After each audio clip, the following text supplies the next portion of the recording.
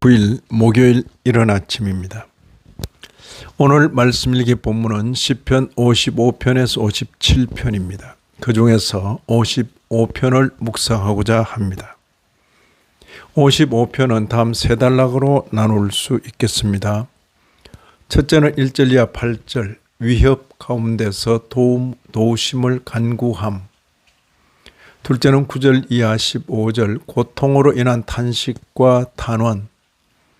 마지막 세 번째는 16절 이하 23절 구원의 확신과 찬양.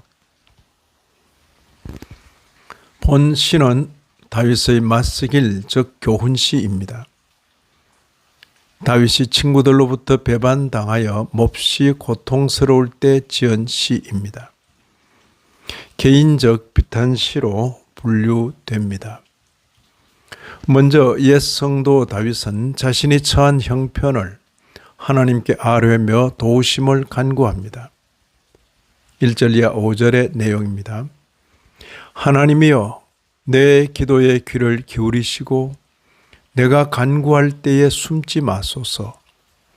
내게 굽히사 응답하소서.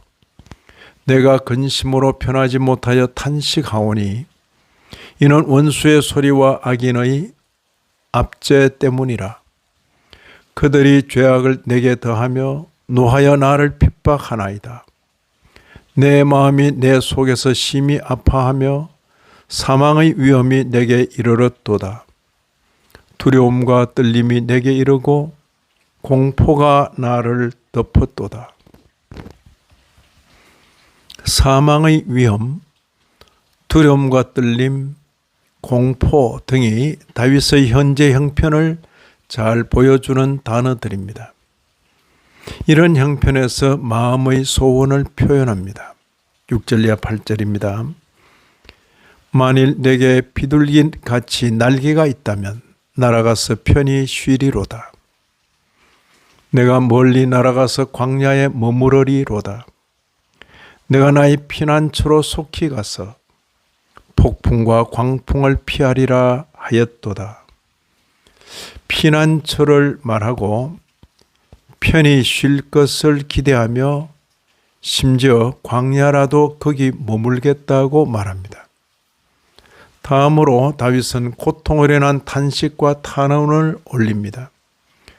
탄원의 강도가 보통이 아닙니다. 9절 보시면 내가 성내에서 강포와 분쟁을 보아사오니 주여 그들을 멸하소서. 그들의 혀를 잘라 버리소서.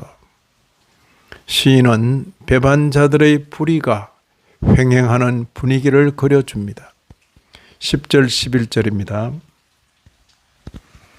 그들이 주야로 성벽 위에 두루 다니니 성 중에는 죄악과 재난이 있으며 악독이 그 중에 있고 압박과 속임수가 그 거리를 떠나지 아니하도다. 당대 최고의 신앙인이요 성군이었던 다윗이 그가 다스리던 예루살렘 성 안에 이런 일이 있었다니. 그런데 이런 배반자들이 다른 사람이 아니라 지금까지 다윗을 가까이 하던 바로 그 사람들이었다고 고백합니다. 12절 이하 14절입니다. 나를 책망하는 자는 원수가 아니라 원수일진데 내가 참았으리라. 나를 대하여 자기를 높이는 자는 나를 미워하는 자가 아니라 미워하는 자일진데 내가 그를 피하여 숨었으리라. 그는 곧 너로다. 나의 동료, 나의 친구요, 나의 가까운 친구로다. 우리가 같이 재미있게 의논하며 무리와 함께하여 하나님의 집 안에서 다녔도다. 이들에 대하여 다윗은 하나님의 공의로운 심판이 있기를 간구합니다. 15절에 사망이 갑자기 그들에게 임하여 산채로 스올에 내려갈지어다. 이는 악독이 그들의 거처에 있고 그들 가운데에 있음이로다. 마지막 단락에서 옛 성도 다윗은 하나님께 기도하는 자로서 하나님의 구원을 확신하며 찬양합니다. 말하자면 선취적 구원의 확신에 근거한 찬양입니다.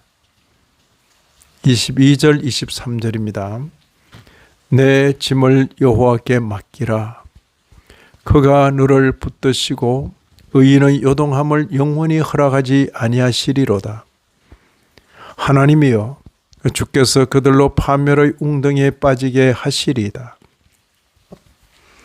피를 흘리게 하며 속이는 자들은 그들의 날의 반도 살지 못할 것이나 나는 주를 의지하리이다.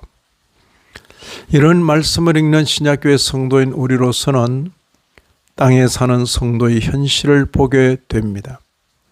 당대 최고의 신앙인이었던 다윗 같은 성도가 가까운 이들로부터 배반을 당하였다는 것이 믿겨지지 않습니다. 하지만 그런 것이 성도가 살아갈 현실이라는 것을 직시합니다. 우리 또한 그런 현실에 처해서 하나님만 바라보고 하나님의 구원을 확신하면서 하나님을 찬양할 수 있어야 하겠습니다. 이 아침에도 말씀에 참여하신 모든 분들 위해 하나님의 크신 은혜가 더하시기를 진심으로 기원합니다.